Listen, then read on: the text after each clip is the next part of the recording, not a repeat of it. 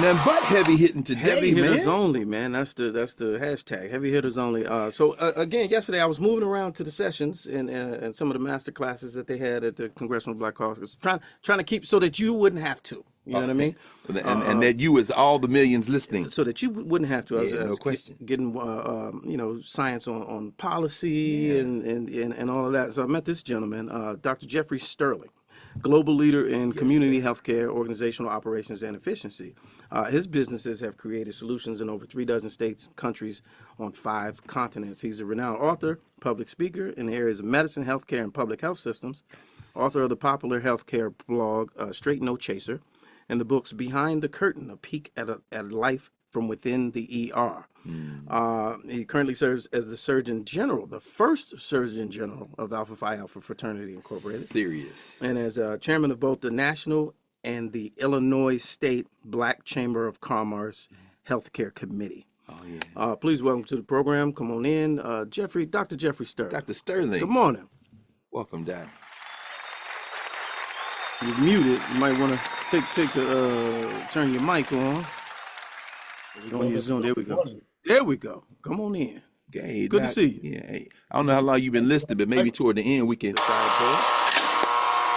Nothing but heavy hitting today, Heavy hitters man. only, man. That's the hashtag. Heavy hitters only. Again, yesterday I was moving around to the sessions and some of the master classes that they had at the Congressional Black Caucus, trying to keep so that you wouldn't have to. You know what I mean? And that you is all the millions listening. So that you wouldn't have to. Yeah, no question. Getting science on policy and all of that. So I met this gentleman, Dr. Jeffrey Sterling, global leader in community healthcare, organizational operations, and efficiency. His businesses have created solutions in over 36 states, countries on 5 continents. He's a renowned author, public speaker in the areas of medicine, healthcare, and public health systems, author of the popular healthcare blog, Straight No Chaser, and the books Behind the Curtain, A Peek at Life from Within the ER.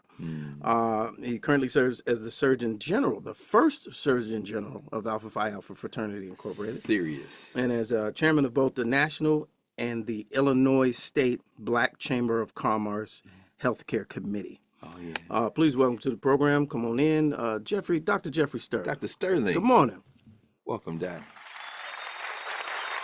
You're muted. You might want to turn your mic on your Zoom. There we go. There we go. Come on in. Okay, Good Doc, to see you. Yeah, hey, I don't know how long you've been listening, but maybe toward the end we can get some of your thoughts on this NC2A business as a Northwestern alum and heading that Black Alumni Association. We know that Northwestern athletes are the ones that went to court on this thing, so maybe we can sneak that in at the end. Yeah, I was president of the Black Alumni Association for 4 years, so we can talk about all that.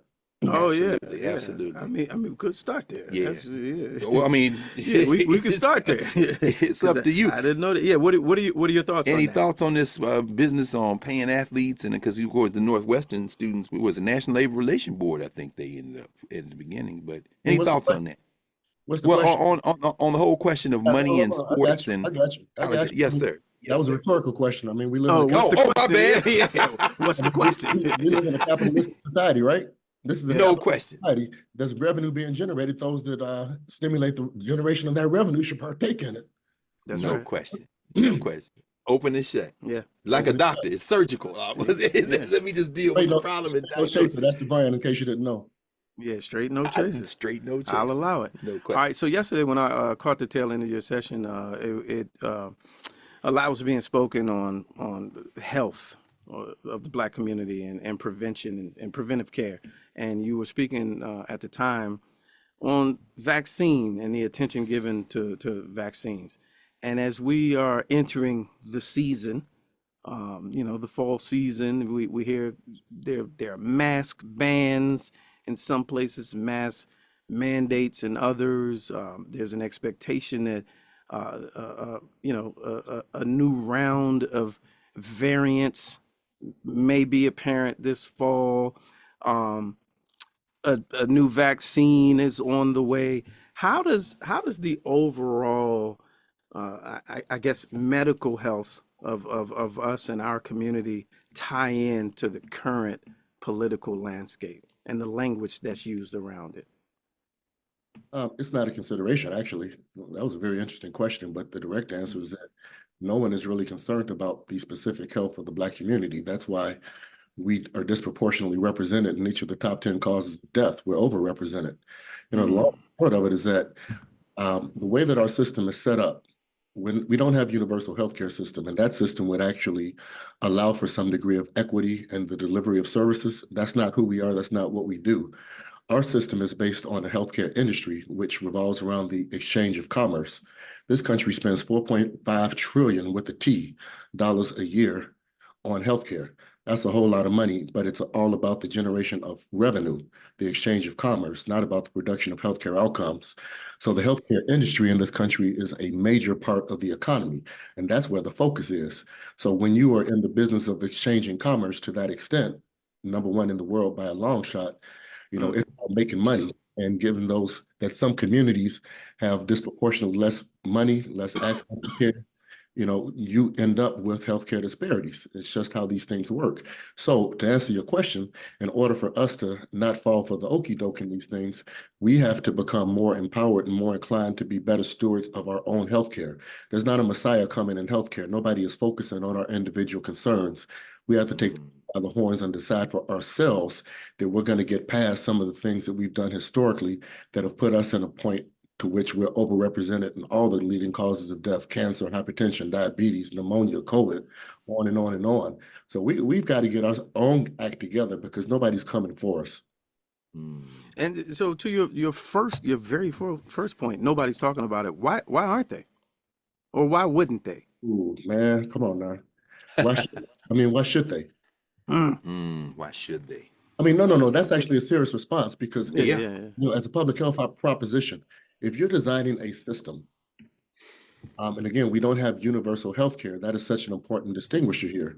If you're designing a system that is based on the generation and exchange of commerce, you are every single time going to design that system so that it addresses the needs of the overwhelming majority. And our system does exactly that. So people who don't have finances to access the system routinely end up overutilizing the emergency department, and they don't have primary care. They don't have preventive care, the things that you would think you need disposable income to partake in. Our portals of entry into the healthcare system, the emergency department. I'm an emergency physician by training, by the way.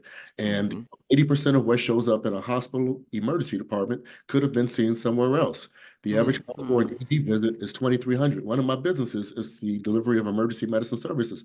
I have dozens and dozens and dozens of physicians who staff various hospital emergency departments. Business is good because that the same 80% of stuff that shows up does need to be there at the beginning of the conversation. And it costs on average $2,300. That same presentation for 80% of people would have been $140 if they had shown up in a regular office. It would have been $50 if they'd shown up in a telehealth or telemedicine situation.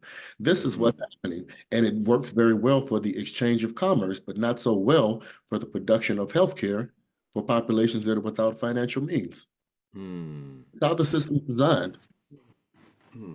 So when we hear the talking points from, for example, on the Democratic side recently with the passing of, lowering prescription drugs, and we're going to do this so that out-of-pocket insulin is cheap. Like, how significant is that to the overall issue? Well, Those small pieces that are being made. on a relative scale, it's phenomenal. On an absolute scale, on a relative scale, man, the cost of insulin is down to $35. That's Yes, huge. sir. And the next 10 things that were rolled out drop prices from like $10,000 a dose to about $600 a dose on average. Come on now. That's some big, powerful stuff. But once again, like Jesse Jackson used to say, you can't pull yourself by your bootstraps if you don't have boots. Don't have boots. is still $35. $600 Yes, sir. $600. So Yes, sir. the distinction without a difference if you are poor and don't have access to the funds that would allow you to pay $35 or $600.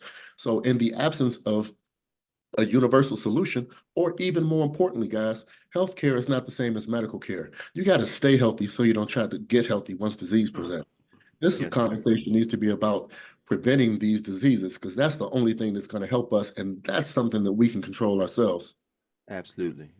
Dr. Sterling, in that very same vein, According to Bloomberg Foundation, they say black patients are 34% more likely to receive preventative care if seen by black doctors. But we know, and you know better than we do, only about 7% of medical school graduates and less than 6% of all practicing doctors are black. And we know Mike Bloomberg's got all this money. He gave $4 billion, I guess, $2 maybe billion more to Hopkins. So if you go to Johns Hopkins Medical School, you can go for free. How important is medical education in this, particularly since we saw that Bloomberg Philanthropies gave $600 million to the 4 black medical schools? I guess almost doubling, well, more than doubling the endowments. Howard, Harry Morehouse School of Medicine, Charles Drew is going to get some of that money. You know, in terms of medical education, how important is it to get more black doctors in the pipeline and also other kinds of medical professionals? Greg, you need to slow down. You just dropped about 10 bombs on Hiroshima, and we ain't had time to digest none of what you just said. Look, we try to catch up to you, man, because you're not playing. Brother Surgeon General, that's all. I'm over here tipping my hat to you, brother, because you dropped I appreciate it. Your audience needs to understand exactly what you just said. First of all, your numbers were off. The population of blacks hasn't been more than 3% in a long time. Whoa. So yeah, so as bad as 7% sounds, 3% is even worse. Okay, 3 is terrible. And these days, again, this is not a bad thing. It's just a point to be made. You know, today's physicians are more reflective of the diaspora than they are Native African Americans.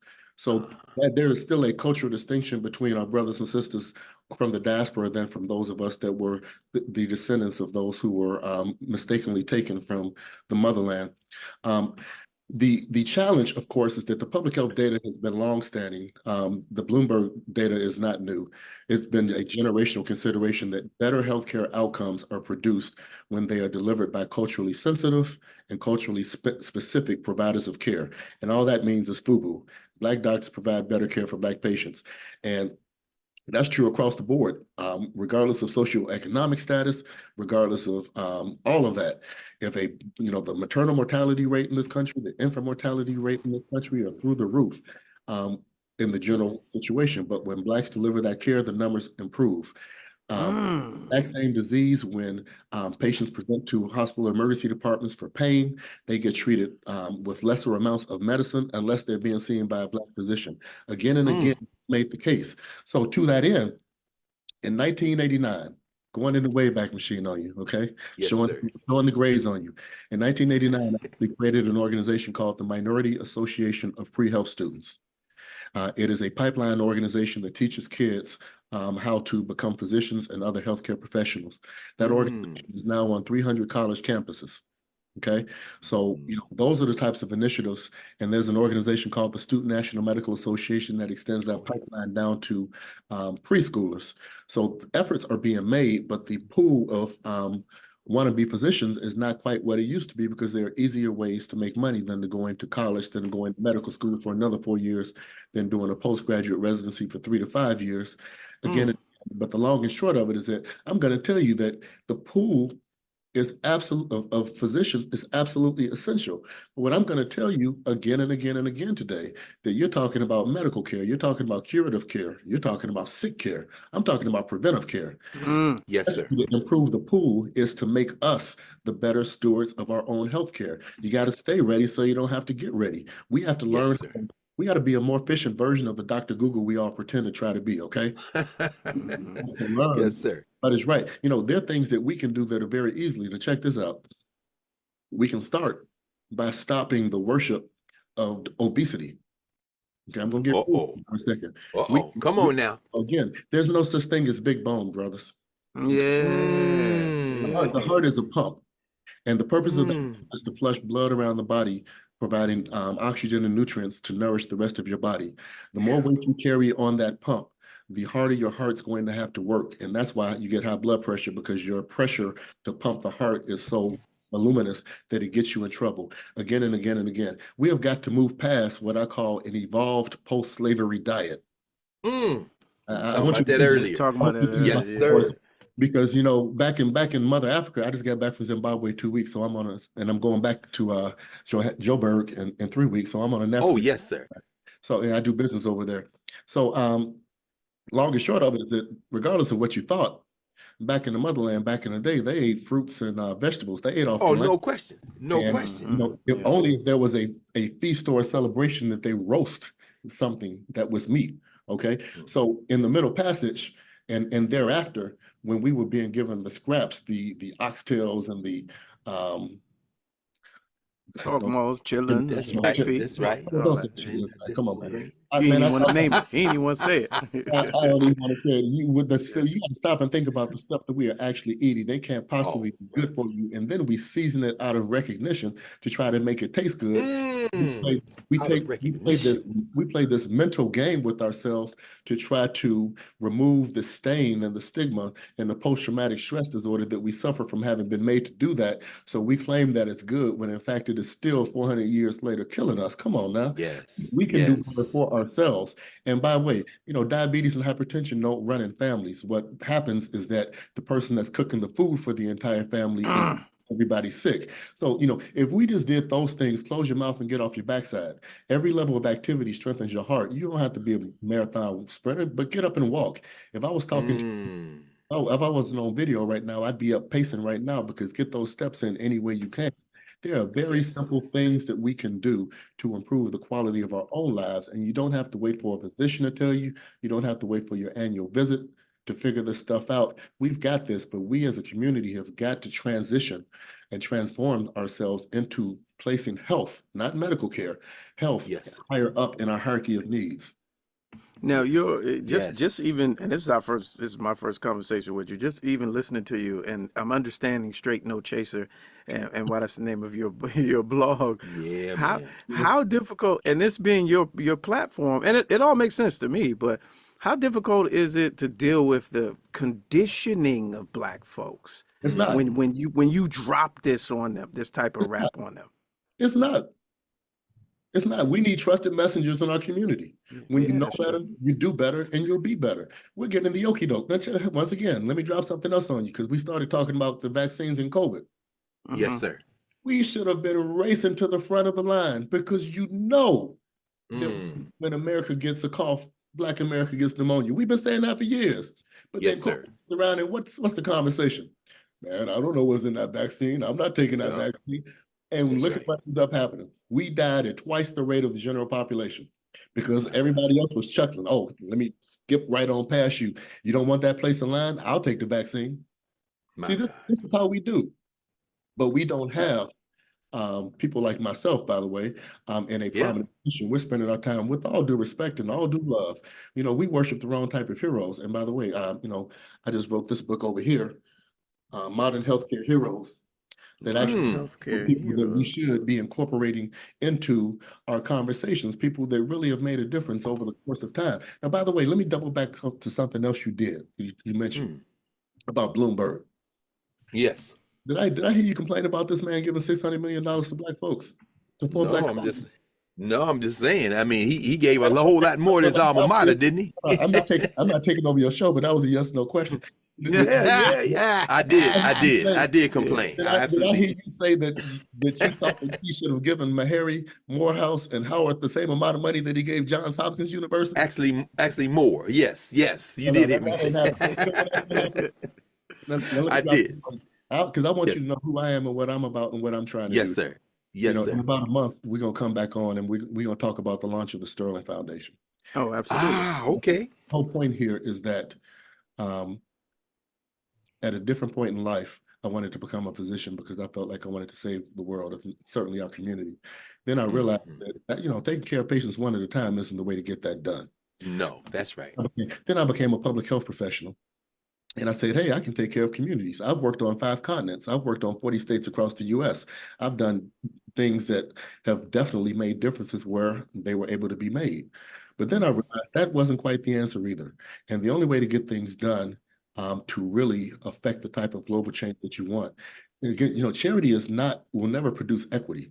So even Mm. regardless of what Bloomberg just did, that's not going to produce equity. The only Yes, thing that sir. will allow us to make the type of difference that we want to make is for us to own. It's all Mm. about finances. Now, let me give Mm. you've heard of the Clinton Foundation and the Rockefeller Foundation and the Kennedy Foundation and all the rest of that. Right. The Of Gates course. Foundation, the Gates Foundation wrote a check. Now you guys got a little bit of gray on you, so you may remember this. Bill Oh, yeah. Gates wrote a check and stemmed the tide, completely reversed the damn near genocide of Africans on the entire continent from That's HIV. right. Okay, That's right. so then the question becomes, are we waiting for a Messiah to write those checks for us? Who is Mm. who is going to control the Black healthcare agenda? This is where you started, right? You were like, okay, Yeah, who's going to take care of us? It's that's right. nobody is coming for us. We have got to put in place institutions that allow us to direct the public health agenda for our own communities. And that's why I'm starting this foundation. And the goal over the rest of my life is going to be to raise $1 billion for this thing so that we can control and Mm. our own community. So, Yes. we have got to get past the point to where we are expecting charity to do the job, where we're expecting government to do the job. On the individual preventive health side, we have got to learn to be better stewards of our own healthcare. And in terms of the policy side, we have got to put ourselves in positions to where we own the conversation, to where we Yes. have the finances to deliver the solutions that we believe are in the best interests of our community. Trust me on this one. I've been in the game a long time. Until and unless that occurs, it's just not going to happen. And you're going to keep seeing lists of the most common causes of death, and it's going to be looking like us. We live in a country right now where the ultimate healthcare outcome is life expectancy. And we have Mm. a Mm. we have about a 9-year lower life expectancy than white women in this country. That should wake you up. That should let you know that we've got to get about it ourselves. We got to get those bootstraps and the slacks to go with it, because that's how we do. That's what we do about moving forward. Yes, sir. Yes, sir. Yes, Yeah, sir. my last Yes, sir. question is going to, I'm a voice what I've heard, people say to you, and I want to get your response. Like changing their diet, creating a different routine, preventive care, whatever. It's so expensive to eat healthy, right? They're putting so much things in the food, and then we got ingredients that TikTok told me that we got ingredients in America that aren't anywhere else. So how do you avoid these things if you're trying to change your lifestyle when it comes to preventive care? Yeah, you need to read this one here, Straight No Chaser Health. Um, it is literally the Fountain of Youth book. It has over 200 citations in it that actually talk about what we know about best practices that produce longer life and higher quality of life. It is the ultimate guide to health. Um, the answer to your question there is not that hard. Um, Mm. look, there we go. The long and short of it, at the end of the day, stop focusing. What is it? Don't major in minor stuff. Yeah, No major in the minors. in Yes, the sir. minors, yeah. Yes, I'm an sir. emergency physician, and I tell patients all the time, I don't care about side effects in the face of a life threat. Mm, Wow. Okay, mm, marinate on that a little bit later. Okay, Yeah. we are focusing on, with all due respect, it's perfectly reasonable to have reasonable concerns. It is not okay to have irrational fears. mm. Know Mm. better, and you'll do better. So what that means here is that let's not even call it diet. Let's talk about healthy eating habits. Eating healthily is not dieting. Mhm. Hmm. We Eating healthy, not make, dieting. make such a big deal about eating healthy. Man, stop eating that cake and put some grapes on your plate. Put some oranges on your plate. Spoiler alert, they're both sweet. Your body will be okay? I mean, seriously, empty calories, that's a waste of time. Health is the byproduct of 1,000 correct decisions. Your health status is the sum total of the total number of decisions that you've made, both good and bad, over time. Yes. So, if I'm just going to be completely dismissive of most of the question, because what I'm here to tell you is that if you're eating fruits and vegetables and a salad every day, and Yes. I eat chicken, turkey, and fish, and I don't eat pork or beef. I've seen enough, had enough over the course of my lifetime. My God. Oh, you're not Yes. Haitian, huh? If you do enough of that, then the nuance of what you're talking about is completely irrelevant. Stop focusing. Interesting. My financial advisor told me a long time ago, most people spend way too much time focusing on the pennies on the dollar. We need to focus on the dollar. Interesting. Mm. So fruits and vegetables, like you say, in moderation, some meats, and the meats then being selective, like you No say, chicken, moderation. No, fish. no, no, no, no, stop that. I'm glad you brought that up. Stop the moderation. Do what you want to do. Eat healthy. Eat Ah, eat without reservation or guilt. I'll enjoy 4 desserts a month on average. Just, whatever it is, it is. But when I eat, I have no guilt about it because I know my eating habits are on point all day, every day. So, but I don't eat. This is something else we do. If you take one bite out of that birthday cake and it's horrible, slide it to the side. Quit this. Right. Finish it. There, don't finish it. Let it be. Right. Life is to be savored, man. I mean, when you eat, Yeah. put it in, enjoy your food. Just make sure that you're having that you're telling me that if I'm giving you chicken, fish, and turkey, you can't get it to a point to where it is both healthy and delicious. So Yeah. you mentioned before, I'm pretty Lamont, I think you said that it's expensive to eat healthy. Brother, man, it is infinitely more expensive to be sick. No question. All right. No question. I'll take that. This is about prioritizing what's happening. And I'll believe allow that. me, if you are more healthy, you'll be more productive, and odds are you end up making more money and having more money. So we have got to reorder what we consider priorities and act accordingly. But health has to be at the top of that conversation. Yeah. Absolutely. All right, Dr. Jeffrey Sterling. Dr. Sterling. Is JeffreySterlingMD.com if you want to check him out. And when's the mixtape coming out? Nah, he got I done already ordered the last two. I already ordered them while we were sitting here. So I'm gonna be reading those books. And I didn't realize it was connected. I was in New Orleans at the same time the National Social Workers were there, the Black Social Workers, same time the SNMA was down in New Orleans this spring. So I see now that this is also tracking the history of the National Medical Association. I'm looking forward to getting both those books signed when I see you, brother. So, I was chairman of the board of that organization for 3 years, and I gave the keynote speech for their 60th anniversary. I also gave them $1 million. So, okay. Oh yeah. All right. Yeah. He's not playing. Yeah, you hear this man's not playing. You just gotta do it. All right. And the Sterling Foundation launch, brother, we got to cover that. So you got to come on back and tell us about that soon. And I need you brothers, because the message, you guys are trusted messengers and you're excellent at what you do. But this is going to take an entire community coming around to promote generational change. Absolutely. Well, man, we're deeply appreciative of you, brother, for helping us save our own lives, right? Nobody's coming for us. We coming for each other. So there it is. Dr. Sterling, thank you. Till next time. All right, 26 past the top of the hour. Let's take a quick break. It's Urban View Mornings right here on channel 126. You're listening to Urban View Mornings on Sirius XM. Urban View. We'll be right back.